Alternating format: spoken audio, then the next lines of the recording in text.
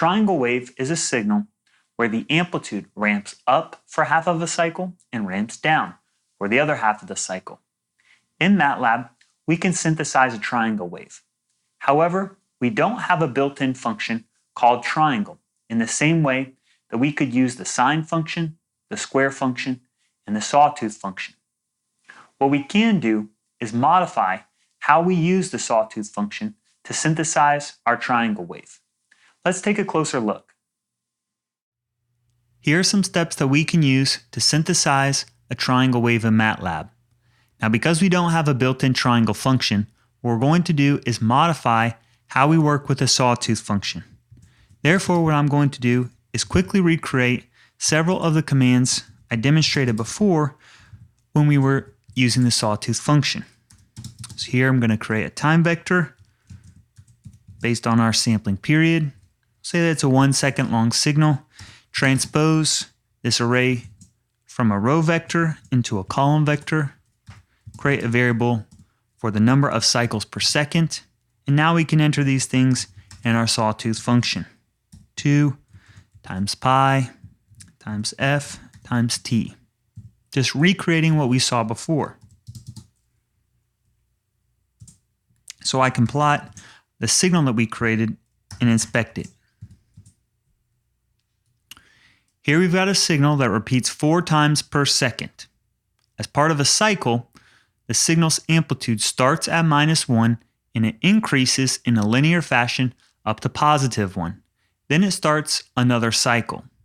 This is our conventional sawtooth wave. What we're going to do is modify it by entering an additional parameter or input variable to the function in order to change what's called the width of our cycle.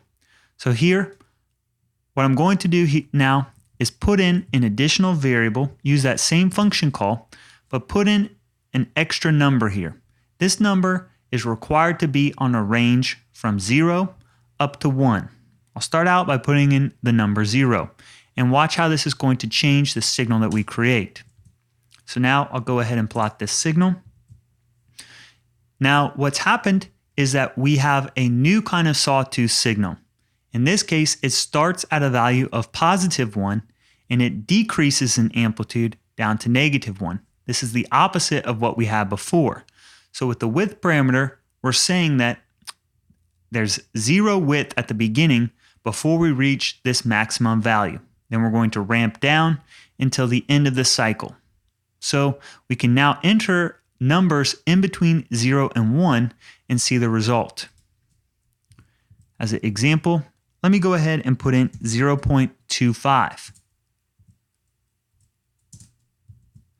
So now we're seeing that there's some asymmetry to the kind of signal that we're creating. 25% of a cycle, or a proportion of 0.25, we have the signal ramping up to a maximum value of 1, and then for the 75% at the end of the cycle, we're ramping down to 0 and then starting over again. If we wanted to, we could even put in here a value of 1 and recreate the signal that we started out with. So now what we can do in order to create our triangle wave is realize that the width for a triangle wave is going to be half of the cycle is increasing in amplitude and half of the cycle is decreasing in amplitude. So we can put in the proportion here of 0.5 or a half to say that half of a cycle is increasing, half of a cycle is decreasing.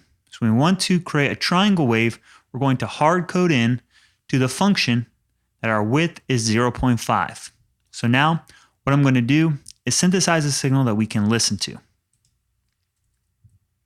So I'll change F to having a value of 440 hertz. Use our function call. We want to make sure our width parameter is still 0.5. And now we can listen to it.